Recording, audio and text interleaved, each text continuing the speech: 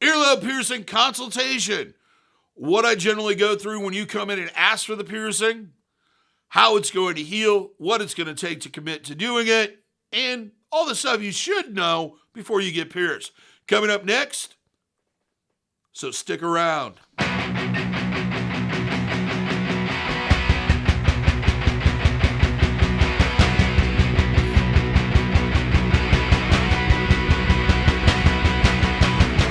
For those that are new to the channel, my name is DaVo. I'm a professional body piercer and have been since 1994. I own and operate the Axiom Body Piercing Studio located here in Des Moines, Iowa, inside Skin Kitchen Tattoo.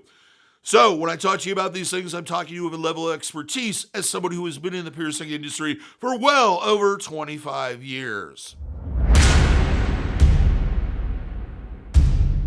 This is a new video series I'm going to be going through, mainly because I did these years ago, and they kind of need to be updated, not only because things have changed a little bit, but because our production value has gotten a lot better.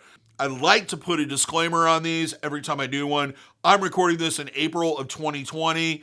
If you've gotten conflicting ideas or conflicting instructions from myself or your piercer, talk to them about it. Find out exactly why they're suggesting that you do one thing or another. If there's some logic behind it and it makes sense, it might be a good idea. So lobe piercings. Average healing time can range anywhere from 8 to 12 weeks, during which time I'm going to suggest doing compresses with sterile saline solution spray twice daily for roughly about 10 minutes. If you feel like you've contaminated the area, I would suggest cleaning off the area with an antimicrobial or germicidal soap. You probably won't have to do that, but just in case, it's a good idea to have it on hand. Speaking of mistakes, cross-contamination prevention. Common sense stuff. Wash your hands before you handle it. No oral contact or exchanging of bodily fluids on or around the piercing. Keep your environment clean, clothing, bedding, towels. Do not submerge the piercing in bodies of water you cannot control the quality of, which is pretty much everything but your own clean bathtub. You also want to keep pets away from it. Do not let them sleep in the bed with you. Avoid contact with unclean objects. Culprits with that are things like telephones, headphones, earmuffs, I guess, hats, etc. Anything that comes in contact with the area needs to be cleaned on a regular basis.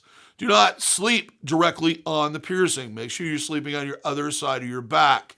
If you are planning on doing both lobes, you do need to take this into consideration and try to figure out some way of elevating those piercings off the bed and avoiding that contact while you're sleeping.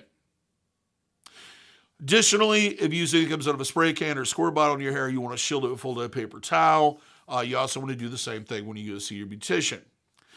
At this point, I would take you back into the studio area and we would cover things like what your health is like, if you have any pre-existing medical conditions, if you're allergic to anything, and go through the release form and picking out the jewelry. When picking out jewelry with lobes, generally you kind of have two choices. There's either straight jewelry or studs, or there's rings. Both of them have slight advantage in one way or another. However, I actually did a whole video on this, rings versus studs for earlobe piercings. You can check that out. I'll try to make sure to put a link in the description, where I went through what the advantages or disadvantages are each type of jewelry. And what I came to the conclusion is usually stud jewelry works best. I personally like Libre studs. They tend to be more comfortable. They're easy to use. They take up less space. And they're pretty common and easy to find. If you're going to do a ring, you really need to be concerned about the amount of movement and contact that the jewelry is going to have, because it's bigger, it's going to have more contact, and there's also the swing effect. When it comes to materials, usually what we're looking for is implant grade stainless steel, surgical stainless steel, implant niobium, implant titanium, or 14 karat solid gold, not plated or filled. The jewelry should be 100% solid. No plating, none of that stuff. That stuff is garbage.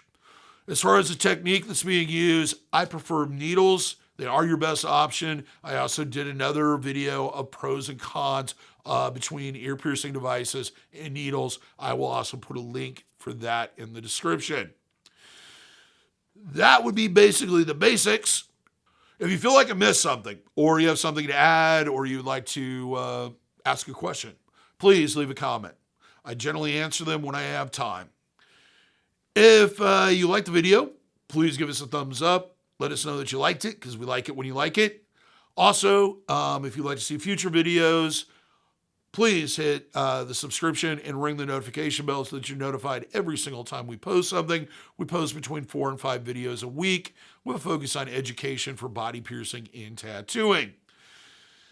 If you like swag, check out our merch store. We have plenty of t-shirts, stickers, hoodies, all kinds of fun stuff with a lot of different designs.